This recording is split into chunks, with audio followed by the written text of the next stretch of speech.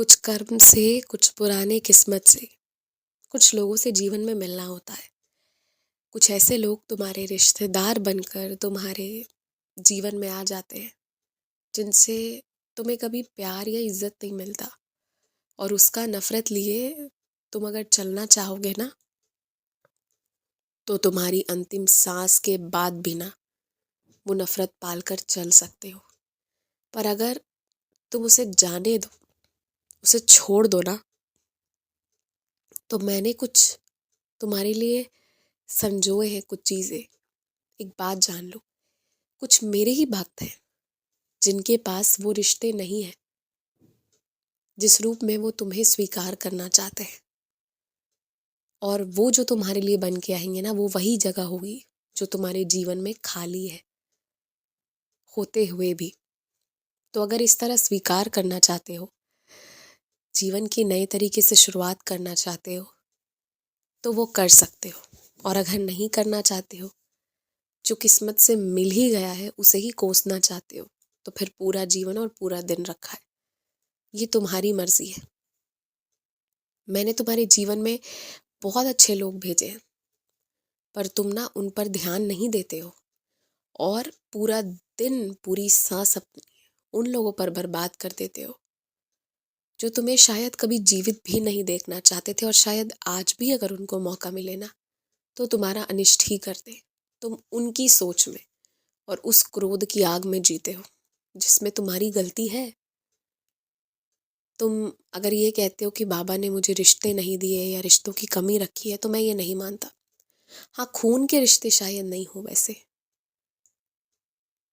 पर कितने सारे साईं भक्त हैं जो तुमसे प्यार करते हैं, तुम्हारे साथ एक अच्छा रिश्ता रखना चाहते हैं।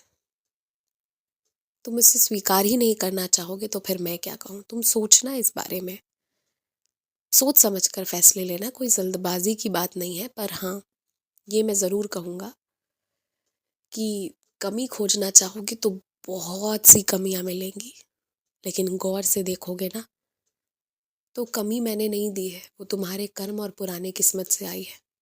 पर मैंने हर कमी, हर खामियों की भरपाई करने की कोशिश की है। तुम नहीं स्वीकारते हो। पूरे हफ्ते इतना सारा काम होता है, उसमें भी एक बच्चे के भविष्य का निर्माण करने का इतना बड़ा जब काम कर रहे हो, इतनी जिम्मेदारियां उठाई हैं, तो उस बीच कभी मंगलवार, तो कभी गुरुवार, तो कभी रविवार, तो कभी शुक्रवार, किसी किसी दिन व्रत करते रहोगे, कोई नियम बांध लोगे, कुछ करते रहोगे, तो कैसे हो पाएगा सब कुछ। मुझे लगता है कि अगर किसी के भविष्य बनाने के लिए, उसके लिए अलग से कष्ट सहते हुए भी मेहनत कर रहे हो ना, तो वो सारे व्रत के समान है। फिर व्रत करने की कोई आवश्यकता नहीं है। और एक बात मैं कहना चाहता हूँ तुमसे, एकदम सच में दिल से, तुम्हें एक भी व्रत रखने की अब आवश्यकता नहीं है।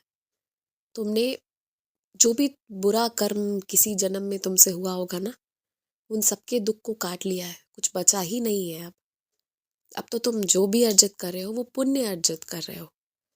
लेकिन अपने शरीर को अब कष्ट देने या तपाने का युग नहीं है तुम्हारा।